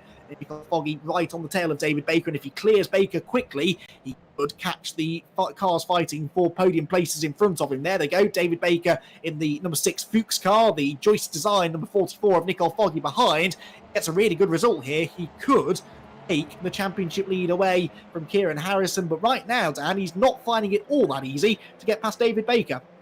Now, the XVR car of Nicole Foggy is behind David Baker, and David Baker and Nicole Foggy have raced together many times before in other championships here on the iRacing platform, so they know how each other race, and Nicole Foggy will be really keen to try and get past, but in front of them, Mark Fletcher jinking left and right to try and go past Bobby Thompson to go into the bomb hole. Mark Fletcher, the body language of that car is, I want to get past you now. So as they go run right-handed towards Coram, the very, very long right-hander up towards Murray's, Mark Fletcher is putting the pressure on the current pro leader Bobby Thompson. He gets a nice run out of Murray, so he's going on board now with the year 1 racing driver, but Bobby Thompson seems to have just got that little bit of a better run. With Fletcher to go run, and Thompson's was even better. And as they go down towards Riches for the 34th time in this race, Fletcher not quite close enough to make a move on Thompson, but they were getting extremely close there, going through the exit of Brundle down towards the bomb hole.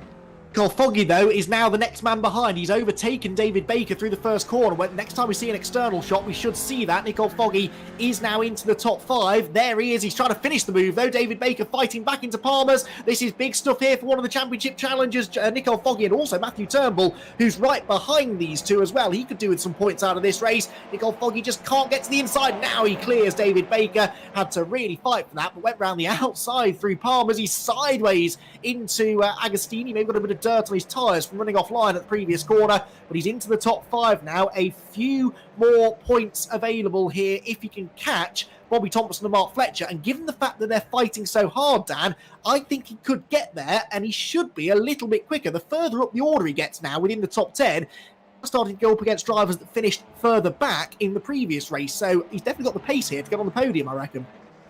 Yeah, based on the results so far this season, you say that Nicole Foggy does have a pace advantage. Another interesting dynamic I've just seen on the timing screen is that Kieran Harrison up into 16th place, but the car that he's trying to fight with is Nicole Foggy's XVR teammate Johnny Brandon. So Johnny Brandon can maybe do Nicole Foggy a bit of a favour here. He's side by side though with Ashley Beards. That's another great battle going on there as they drop down in towards Brundle and in towards Nelson. Side by side, contact there. Ashley Beard's going to lose out there, losing 3 places. But what that has meant is Kieran Harrison now into the points. But if there's one driver Kieran Harrison probably wouldn't want to have to battle with this closely, it's going to be Nicole Foggy's teammate, Johnny Brandon. Who is not making life easy at all for the championship leader. Harrison has a look at the inside, and there's going to be more contact there, so you can see that coming a mile away, sideways for Johnny Brandon. And again, this is the danger now for Harrison. He's already had that one bit of contact that put him in this hole. Now anything could happen once you start battling with drivers that you're not used to racing. He has not spent that much time on track with people like Jamie Dorey or Lewis Goodway or Ollie Wayne. He spent a bit of time on track with Johnny Brandon, I suppose, but you're racing against drivers you're not that familiar with, drivers who may make mistakes. They're also involved in their own private battles as well. It really is a case of jumping out of the frying pan and into the fire for Kieran Harrison. He has to be careful. He's into the points now. He's into 14th position. That's worth 2 championship points.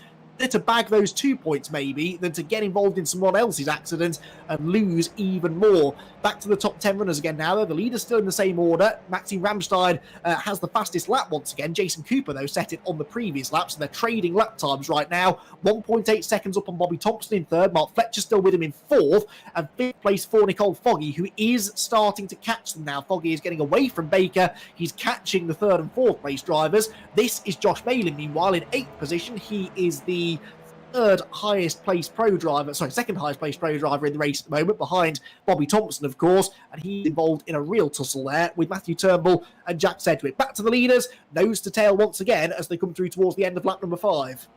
And these 2 cars had contact, if you remember, in the first race as well, and maybe the slightest of tiny nudges there from Ramstein on Cooper as they went through Nelson. So there'll be no love lost between Cooper and Maxime Ramstein, and as we said before, Jason Cooper, a very experienced driver in real life as well as on the sim. He's a Ford Fiesta champion with BRSCC and also the Castle Coon Saloon Car champion, which has grids of up to 40 cars. So Jason Cooper, a very experienced driver both in real life and on the sim. So Maxime Ramstein is going to have to work hard to get past him, but they have pulled away a 1.8 second lead to Bobby Thompson. So we heard the driver Kieran Harrison saying just how important it was to break that slipstream, and that's what these 2 have done. But if they carry on fighting like this, it will bring them back into play. Speaking of Nicole Foggy, he has just posted the fastest lap time of the race as well, as he puts the pressure on Mark Fletcher. Nicole Foggy, the fastest man on the track, and it looks like he'll be making the move very shortly on Mark Fletcher.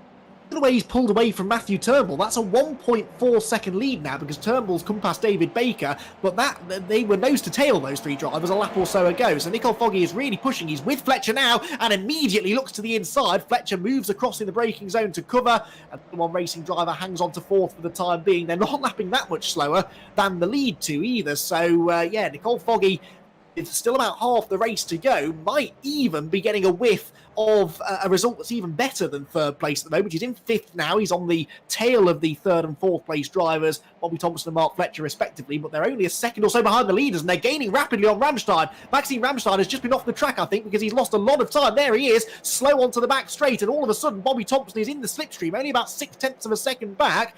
Something happened there between the lead 2. Maxime Ramstein is now 1.5 seconds behind Jason Cooper, and that means Jason can just heave a sigh of relief now, as at least for a few laps. He won't be under too much pressure from Ramstein behind. See if we can dig out a replay maybe and find out what happened to the man in second. He's still in second position, but lost quite a bit of time there as a result of some sort of an issue towards the end of that infield section. He's already there, pulled out a 10.5 again on Bobby Thompson. It's up to 0.75 of a second. So whatever happened there to Ramstein, it was just a brief moment. He's starting to gain speed, but Nicole Foggy, ever menacing on the back of that year one racing car, Mark Fletcher. And what that's also allowed is for Bobby Thompson to put away a little bit for Mark Fletcher. As Jason Cooper, despite what may have happened on that previous lap, that's his fastest lap of the race, 158.637. As Bobby Thompson, a wheel on the grass, that Audi got very loose, they did well to control it, but Nicole Foggy has got past Mark Fletcher, so Nicole Foggy up into 4th place. That'll be more points for him, and we'll see how he did it. It was on the exit of Ritchie's. He just had more momentum, and he got past Mark Fletcher on the outside before they even got to the Wilson hairpin. So Nicole Foggy there with a very easy overtaking move on Mark Fletcher. Kieran Harrison, the latest update in him was he's up into 13th place, so he's gaining more points as well. But Nicole Foggy is going to take a real chunk, it looks like, out of that championship lead in this race. Almost looked as though Mark Fletcher let him through. Now, why might he have done that, I hear? That's because they're not teammates. Well, I don't think he's trying to help Foggy as such, but I think he realises that Nicole is faster than him. He's also faster than Bobby Thompson. So maybe if Nicole Foggy goes and has a go at Thompson for third, that might actually help Fletcher in the long run. So that's some pretty canny driving there, I think, from Mark Fletcher. He realised that there was no point defending and losing them both time. Instead, let Foggy through and maybe try and stay with him, but Foggy's getting away from him actually as they go down the Bentley straight. The gap is staying pretty stable at about 1.5, 1.6 seconds, but you're right, Ramstein is getting away from Thompson again, who now has the man second in the championship right behind him. Remember, Foggy came into today's two races 11 points adrift of Kieran Harrison. Lost a few in race one. He's already set to gain all of those back and some more. If he can get up there and finish inside the top two, he might even get the points lead back. But first of all, he has to overtake a very experienced front-wheel drive tin-top racer. Bobby Thompson, as well as being a regular name these days in the British Touring Car Championship, is also a star of things like the VW Racing Cup, which is a kind of similar idea to this. Those sort of front-wheel drive, short-wheelbase tin-top cars, similar kind of performance as well. And Bobby Thompson getting quicker and quicker every time he comes and competes in the PMR Racing eSeries. He's on for his first podium potentially here. This will not be as easy an overtake for Foggy as the last one on Mark Fletcher was, that's for sure. No, Bobby Thompson is a very established front-wheel drive racer, as you say, and he's another one of the drivers who we got on through the championship as the pro drivers have gotten quicker and quicker, and Nicole Foggy trying to get a better run out. Palmer uses a lot of that AstroTurf on the outside, and Bobby Thompson is defending rather well, it has to be said, from Nicole Foggy. And Nicole not quite find an opportunity, although Bobby Thompson pushes wide. Just as I say that, the curse of the commentator in full effect there, but I don't think Foggy's quite able to pull alongside. There's another driver there, Josh Malin, taking a lot of the grass on the exit of Agostini. He's not lost any time through that, but Nicole Foggy is still behind Bobby Thompson. We got just about 5 minutes left to go in this race, and Nicole Foggy can see that podium position literally right in front of him as they now go through Williams onto the Bentley straight, and Nicole Foggy is closer than ever to Bobby Thompson. Bobby Thompson's car as well, blinking in and out, so maybe a hint of some connection issues for Bobby as well, but Nicole Foggy not far behind at all. He's close enough that Bobby Thompson has to think about defending.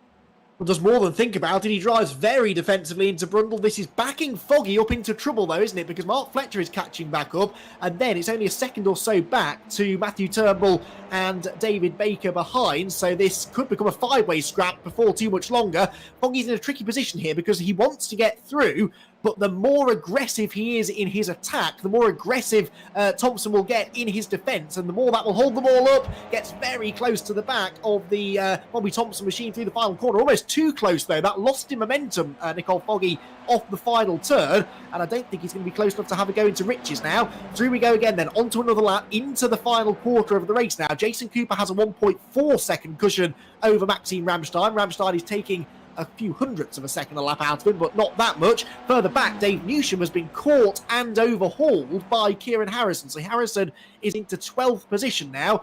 Ricky Collard will be his next target. He's about 2.4 seconds up the road. There you can see him in the distance. So Ricky Collard, one of the two racing sons of British Touring Car race winner Rob Collard.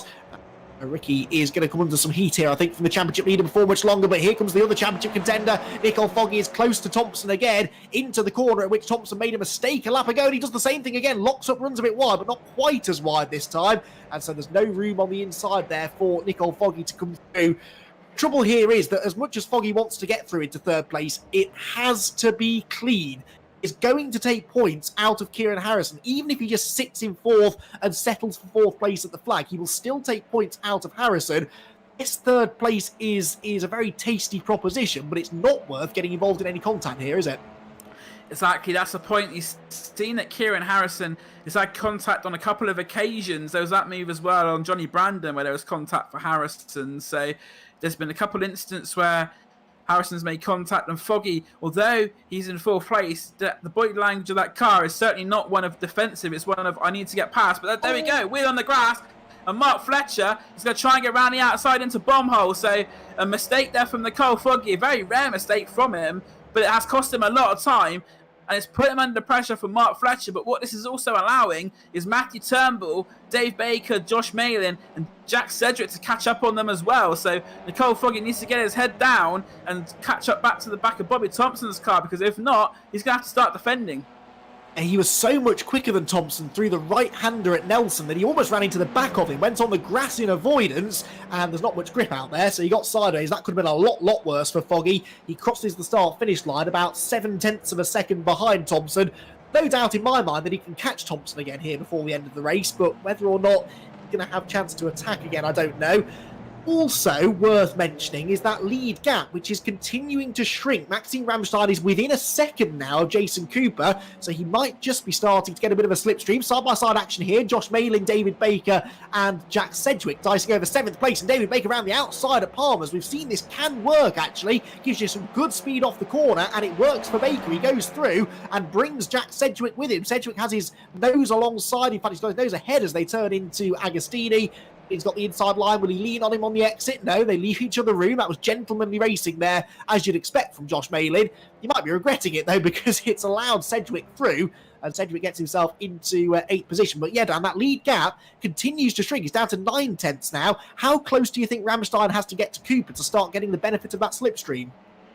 He'll probably be getting the benefit now, but it also depends how much time you have left on the clock. I think we'll probably get one more lap in, because there's 45 seconds left on the clock, and the leaders are just going through Brundle and Nelson's now. So I'm pretty sure that we'll get the last lap aboard this time. They can't be quite sure, but I think Jason Cooper may have just one more lap to hang on, but it would be very tight like it was in the first race. It was only 3 or 4 seconds between the last lap board and the checkered flag. On this occasion as well, it's going to be extremely close, because they're now going through Coram, breaking into Murray's with 15 seconds left on the clock. I think Jason Cooper may just get one more lap out of this, so Jason Cooper has one more lap to defend, and that's the worst thing, because he knows that Ramstein is quicker, and it's another very close one. The last lap board out now, and side by side for 3rd place, Nicole Foggy and Bobby Thompson. Foggy's on the outside, Thompson has the inside for riches. This is the final lap, as we said. Thompson very committed on the inside, pushes Nicole Foggy out wide.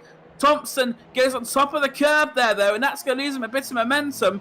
Foggy sticks around the outside at the Wilson hairpin, go for the cutback, a little nudge there, but Nicole Foggy is going to have to run as they come out of Wilson hairpin. It's the short shoot down towards Palmer. Thompson on the inside. Nicole Foggy, we say, doesn't really want to get involved in contact, and he's getting right in the thick of the action. I'm on the edge of my seat watching this. This is so good, but it's so risky for Nicole Foggy. The slightest touch now could put him off the track and undo all of the damage he's about to do to Kieran Harrison's points lead. But Bobby Thompson is driving so defensively that Foggy's got no choice but to attack. He's been caught by Fletcher. They've all been caught by Matthew Turnbull. And I think the best form of defence now for Foggy will be attack. He needs to try and get past Bobby Thompson as quick as he can, so as not to end up getting backed into an accident behind him. Out of Foggy's they go, then into the right-hander at Williams, and down the Bentley straight. One more chance to get the toe, one more chance to try and draw alongside at the end of the Bentley straight. The lead gap is continuing to shrink as well. It's down to half a second now between Cooper and Ramstein, but we'll focus on the championship leader, or championship contender here, Nicole Foggy, who is again going to get alongside Bobby Thompson. He drives to the outside line, Thompson on the inside, but the next corner's a right-hander. This could be an absolute peach of a move. He's done it. Nicole Foggy goes through into 3rd place, and that opens the floodgates. Thompson has got Fletcher up the inside now as well into the bomb hole, and that should allow Nicole Foggy to draw away.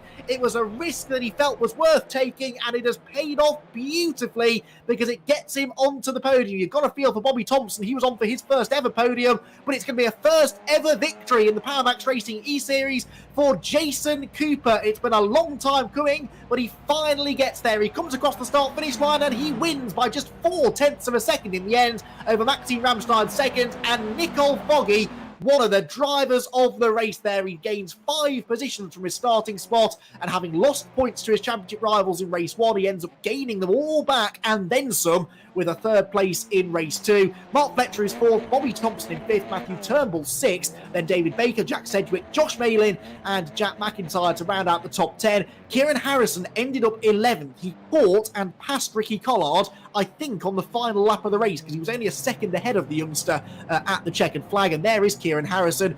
So he will score some points. That might just be enough for him to retain his championship lead. It's going to be tight, but that was really, really pivotal move there that Nicole Foggy made at the very end of the race. And that, how important could that prove to be at the end of the season? Here it is again. He goes to the outside through Brundle. That gives him the inside for Nelson. It sounds like it's the obvious thing to try and do there, Dan, but it's so hard. We've seen so many people getting that corner wrong when they've been completely on their own, let alone side by side fighting for 3rd on the last lap. It was a very brave move from Nicole Foggy, but he knew that he had to make advantage of it while he could, and that was actually the same place where Kieran Harrison got past Ricky Collard, but Harrison went round the outside going into Nelson, just managed to out-drag Collard on the run to the bomb hole. So Nelson has provided 2 overtakes, which could be crucial in terms of the championship, those extra points they would have gained from that. But Jason Cooper taking a victory in this one as well, so his first win in the PowerMaxed Racing eSeries. He'll be absolutely delighted with that one. Jason Cooper celebrating in style, and it's Wiltshire's own Jason Cooper taking victory. You can hear the pride in your voice then. I think I'm sure you're not that you're biased, of course, but yeah, Jason Cooper with the race victory, and a really well-deserved one as well. He drove perfectly. He was under sustained pressure there from Maxime Ramstein from pretty much start to finish. He had those few laps at the end after Ramstein made his mistake. That's the key. It was Ramstein that made the mistake, even though it was Cooper that was under all the pressure. So really impressive stuff there from Jason. He gets himself the race win. Maxime Ramstein in 2nd position, and Nicole Foggy gets the podium. And here I think we can now see the result of that 2nd race. Mark Fletcher in 4th, Bobby Thompson 5th, Matthew Turnbull 6th, and I guess he'll be a bit disappointed, really, because he also, like Foggy, had a great opportunity to take some points out of Harrison, and he would have liked to have done a bit better than 6th, I would imagine. David Baker also faded towards the end into 7th, Jack Sedgwick 8th, and Josh Malin 9th. Jack McIntyre rounds out the top 10. It was a good recovery drive, in fairness to Kieran Harrison. He dropped down to about 22nd place halfway around the first lap. He finishes in 11th. Ricky Collard in 12th, Dave Newsham 13th, Johnny Brandon 14th. He was a bit anonymous tonight, really, wasn't he? And with Lewis Goodway running out the points, 2 drivers that maybe would have expected to be a bit further up than that. Outside the points, Jamie Dorey, he had a good race there, gave 3 positions into 16th. Ashley Beard was 17th. Ollie Wayne was 18th. Freddie Hewitt in 19th, whilst Lee Horn rounded out the top 20. Then it's Lane O'Connor, Callum Newsham, Chris Slater, Chris Knox and Max Coates, whilst Tom Onslow Cole and Jamie Going, sadly, were the 2 drivers who failed to get to the finish. Rounds out the racing action. Don't go anywhere though, because we've got all of the reaction to what was another sensational 2nd race of the night. We'll also hear from Jack Oliphant, I think, at some point with a rundown of what's been going on in Tier 1. Don't forget, we've got 4 different tiers of racing in the PowerMaxed Racing eSeries. We bring you the Premier tier, which is the tier that has the pro drivers racing against the fastest qualifying sim drivers, but there are another 3 or 4 championships all going on, all under the PMR eSeries banner. And if you want more information on what's going on, not just in this tier, but in all of the others, head over to the PowerMaxed Racing social media pages, the relevant links, and you'll be able to learn all about what else is going on in the PowerMaxed Racing eSeries world. In Tier 1, though, no doubt about it, in Premier Tier, sorry, I should say, no doubt about it, it's Jason Cooper who gets his first victory of the season. He is on the podium with Ed May. Yeah, Jason, finally we have you here on the top step of the podium. It's been a long time coming, and you must be grinning ear to ear after a commanding race victory here. Yeah, I was following Maxime in race 1, and he was a lot stronger than me in a few corners, so I knew he was going to be tough to keep behind, but I think he made a mistake about halfway through, which gave me a bit of breathing space, and he almost had me at the end, but I luckily just had enough of a gap. Yeah, we were watching. We seem to make a comment that you seem to be completely impervious to any sort of pressure that Maxime was putting on you. Was it just a matter of keeping your head down and focusing on your own race? So did you always have sort of one eye paying attention to that rear view mirror, seeing if Maxime was going to try anything? Position many times before, I know, just to keep my head down. Well, it's very great to have you on the top step of the podium, Jason. Do you think this will be a sign of things to come, or is this going to be just a bolt from the blue? Well, hopefully. We'll have to find out next week, won't we? Yeah, hopefully next week. Thank you very much, Jason, and congratulations on your race 2 victory. So Jason Cooper then with the race win and a brilliant victory it was. He was pushed hard all the way though by Maxime Ramstein, who comes home less than half a second back in second place after a brilliant battle between the two, Ed. Yeah, Maxime, second place. I think you might have been hoping for a little bit better, but you've still got to be happy with second place, even though you tried to put the pressure on Jason, but he seemed to be completely immune to making any mistakes there. Yeah, Jason was just too strong today. Of course, I was hoping for more, but he was just flawless almost. He made a little mistake, but I just wasn't close enough. So I'm very happy with second in the second race.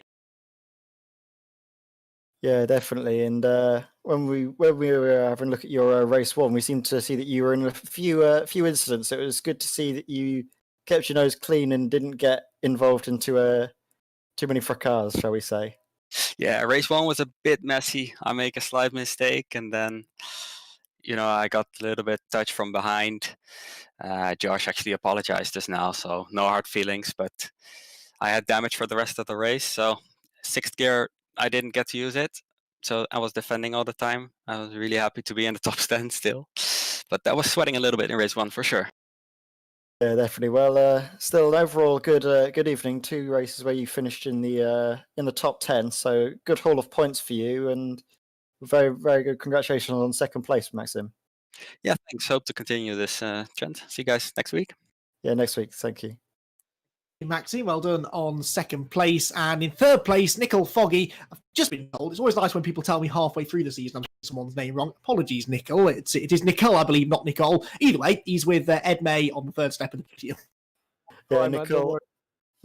Nicole, that was a very good race. And third place yet again. We saw you get third place in race 1. Race 2, you got another third place. That's going to be helping your championship fight, and especially with the news that Kieran Harrison encountered some issues on lap 1 that I'm sure you saw happen. So that I'm guessing you're going to be, obviously you don't want to have your championship rivals, of course, losing out, but I'm sure you're going to be inwardly smiling at that.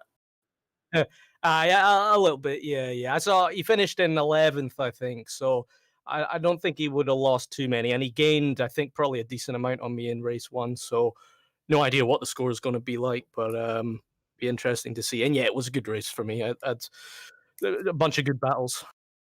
Yeah, I think the gap has reduced. I don't know if you've managed to leapfrog him, but I definitely know that gap has reduced after this week's racing, and we're going to be coming into another week. Are you going to be open to continue this momentum forward into the next round? I hope so.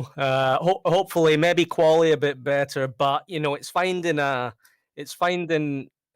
my teammate hasn't been on as much, so he didn't help me this week. So my teammate, well, I guess there's no teammates in this, but my teammate, other series and stuff. So it's tough to get a draft. You got to find somebody that's going to keep going, and a lot of the time they just pull off in front of you, and then you're just on your own again. So it's pretty tough sometimes, but we'll see what happens. I just need to put in the practice and get some pace. Yeah, I don't think there's teammates. There's just drivers. You want to beat that little bit more being in the same car. But yeah, Nicole, that's still a very, very good week's racing from you, and we'll be looking forward to see how you can carry this momentum forward into the next round. We'll see. Thanks very much. Helps to press the on button, doesn't it? Said on our podium with our top 3 drivers from race number 2, Jason Cooper with the win, Maxime Ramstein second, Nicole Foggy third, and Nicole Foggy. I will get it right at some point before the end. I haven't yet broken out the calculator, but yeah, the gap definitely has shrunk. I would say it's a little bit less now between Foggy and the points leader Harrison. It was at the start of the evening. So good news there for the man that was doing the chasing in the points going into tonight's 2 races.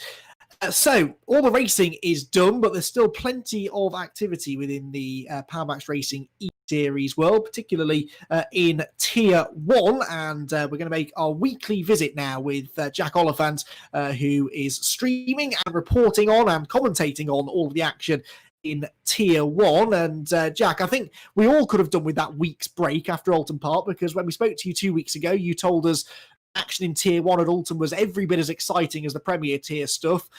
First of all, have you enjoyed your week off? Have you recovered? And secondly, how has tonight gone for you? I thought I had recovered. My voice was just about getting back to normal. Then all of a sudden we turn up at Snetterton and it's gone again. But it was a fantastic evening of racing. We had a fair few cars on circuit, but we had 12 of the best drivers that we've seen, and honestly, some of the best racing that we've seen. Some fantastic moves. Bradley Burns ended up winning the first race of the evening, and that was really important because Daniel Kraft, leader of the championship, ended up trying to make a move for the lead, ended up in the pit. So he obviously didn't. He finished dead last on that race, and Bradley Burns was second in the championship, ended up winning the race. So all of a sudden, the championship was turned completely on its head. Mark Woodhouse and Norbert Littner rounded out the second and third on the podium for that one. And in race 2, Norbert Littner went from third to first on the last lap with some amazing overtakes at Agostini and under the bridge section. So really exciting racing here today. Daniel Kraft managed fourth from last to help his championship positions because unfortunately for Bradley Burns, although he had a dream race 1, he ended up in the pits himself. So unfortunately, he ended up in second last position. But yeah, Norbert Littner, Pete Newman, and Stuart McFadden were chopping and changing all the way onto the last lap, and it ended up Littner, Newman, and McFadden on the podium. So just as in the Premier Tier, then the championship looks to have changed quite significantly then after tonight's 2 races. It's funny, isn't it, Jack? And I know you'll have seen this in the real world as well, in your motorsport exploits, that you get to that summer break, and sometimes the driver that has the edge in the points going into the summer break seems to then be on the back foot when we come back racing again, and that seems to have been what's happened both in the Premier Tier and in Tier 1. It's strange how that always seems to happen, isn't it? Yeah, it's amazing, really. If you're in the lead of a championship, when the weekends come thick and fast, you're thinking, just one weekend at a time. As soon as they're given a chance to breathe and really contemplate on the pressure that's on them, you start to see cracks in the walls. So we're hoping for some really exciting racing, maybe some momentum building from the championship contenders. Absolutely. And for all of our viewers who were watching us tonight on the Premier Tier and they didn't have enough monitors to be following the Tier 1 stuff as well, as ever, they can head over to your social media pages, can't they, to keep up with all of the action they missed. Absolutely. Jacko Racing on Facebook as well. I'm streaming the Tier 1. If you want to watch the replay, obviously it'll be straight up on the Facebook channel even now because we've ended our stream. But yeah, next week, 8 p.m, as with you guys, come down and say hello if you fancy it.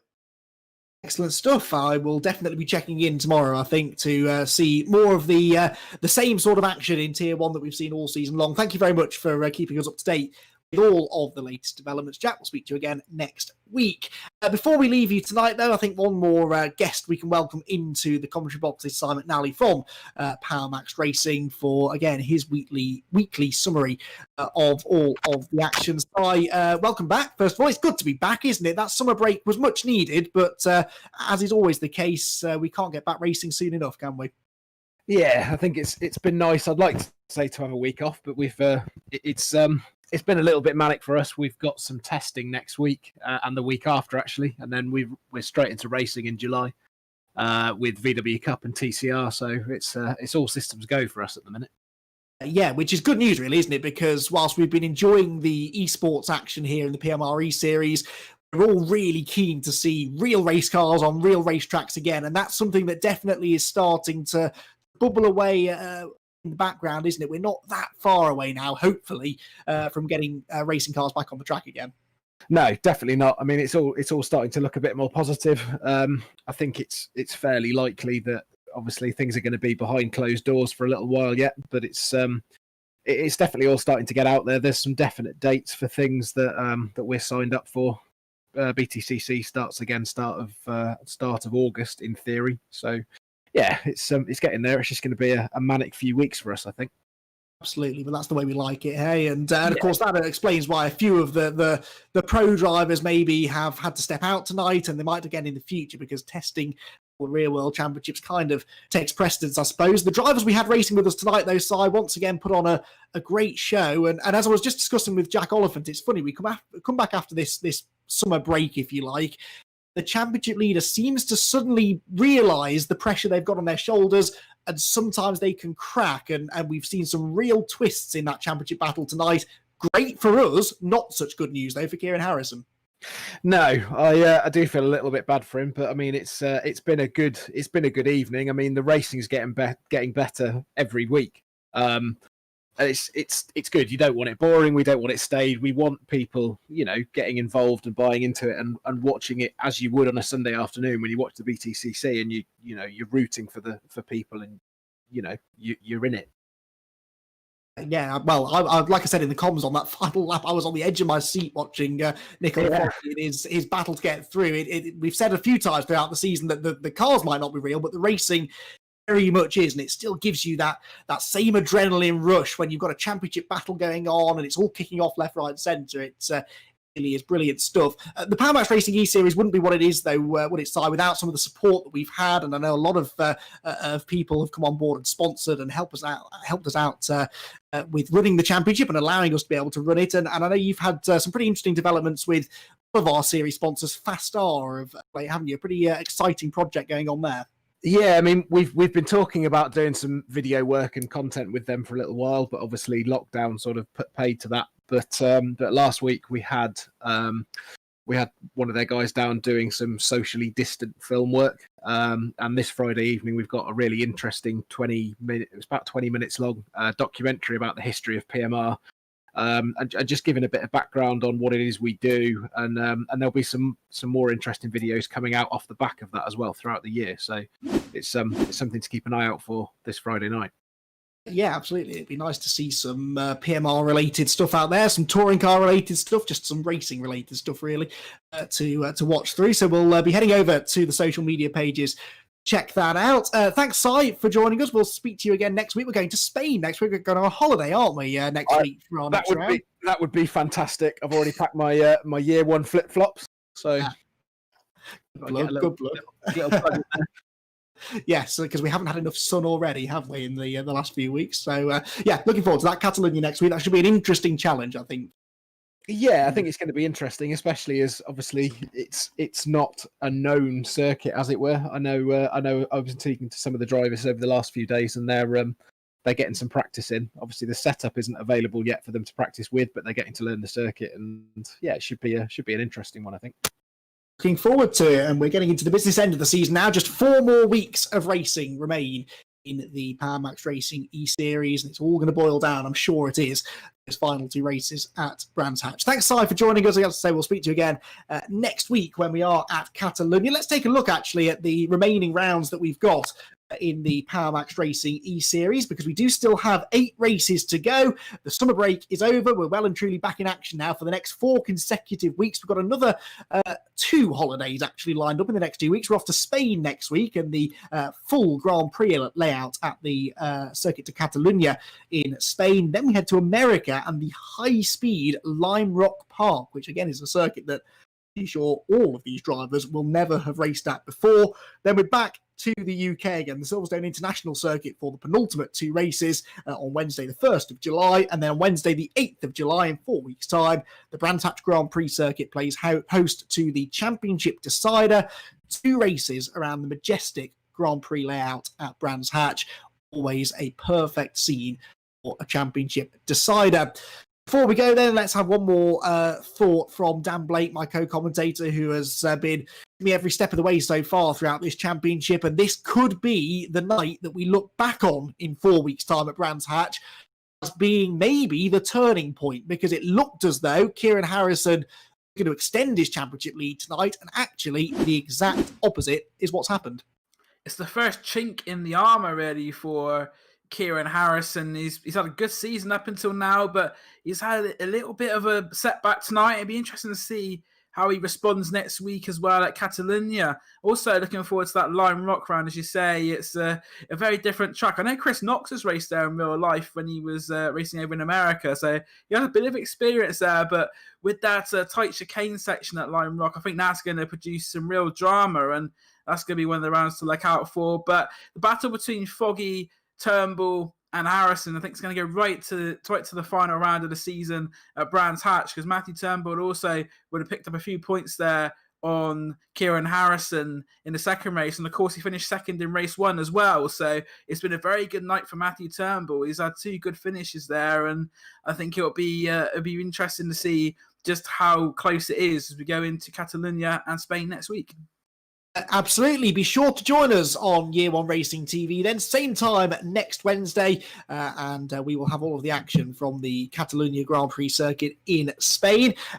Don't forget to get sharing the streams when you see it as well. PowerMaxed, along with on TV, are running a host of competitions. You can win some goodies for sharing the stream ahead of each event. So keep an eye on the social media pages. As soon as you see the link for the next rounds come up, give it a share, and you could win yourself some pretty cool prizes. That, though, is all we have time for, I think, tonight. It's been another fantastic pair of races from the PMR eSeries here at Snetterton, with the championship getting tighter and tighter between Kieran Harrison and Nicole Foggy.